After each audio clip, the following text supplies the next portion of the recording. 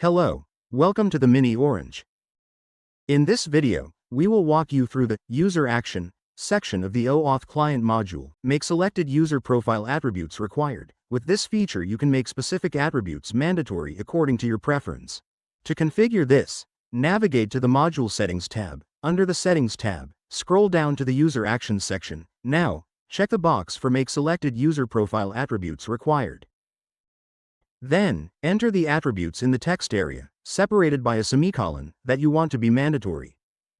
For example, mandatory field. After that, click Save Configuration button. Let's check this. Open Drupal site in new browser or in incognito mode. Log in to Drupal site with provider link. You will be redirected to the user edit page. Here you can see the field that you have make required. Next, disable users' profile attribute fields. This feature allows you to disable selected attributes, preventing users from making changes to them. To configure this feature, check the box for Disable Users' Profile Attribute fields. After that, enter the user attributes in the given text area separated by semicolon. For example, male and name.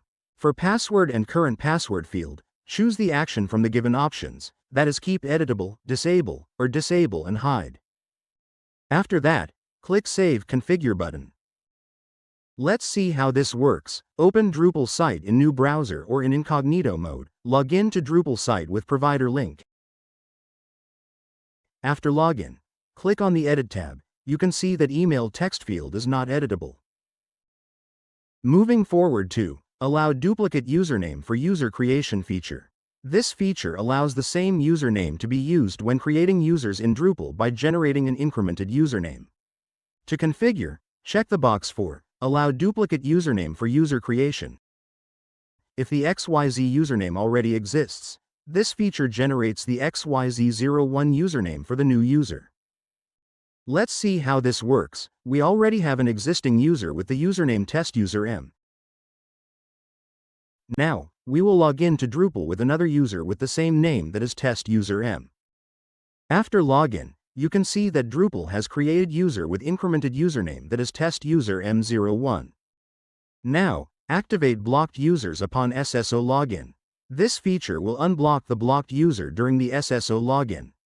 When a blocked user tries to log in through SSO, the user will be unblocked and able to log in or access the site. To enable this feature, check the box for Active Blocked Users upon SSO login.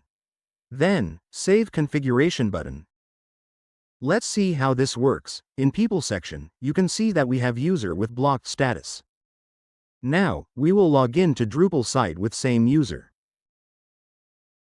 After successful SSO, navigate to the People section. The same user is present with active status. This is all about the User Actions section. Experience a full-featured 7-day trial to explore our OAuth client module as per your use case. Request the trial by emailing us at drupalsupport@securify.com. Thank you for watching.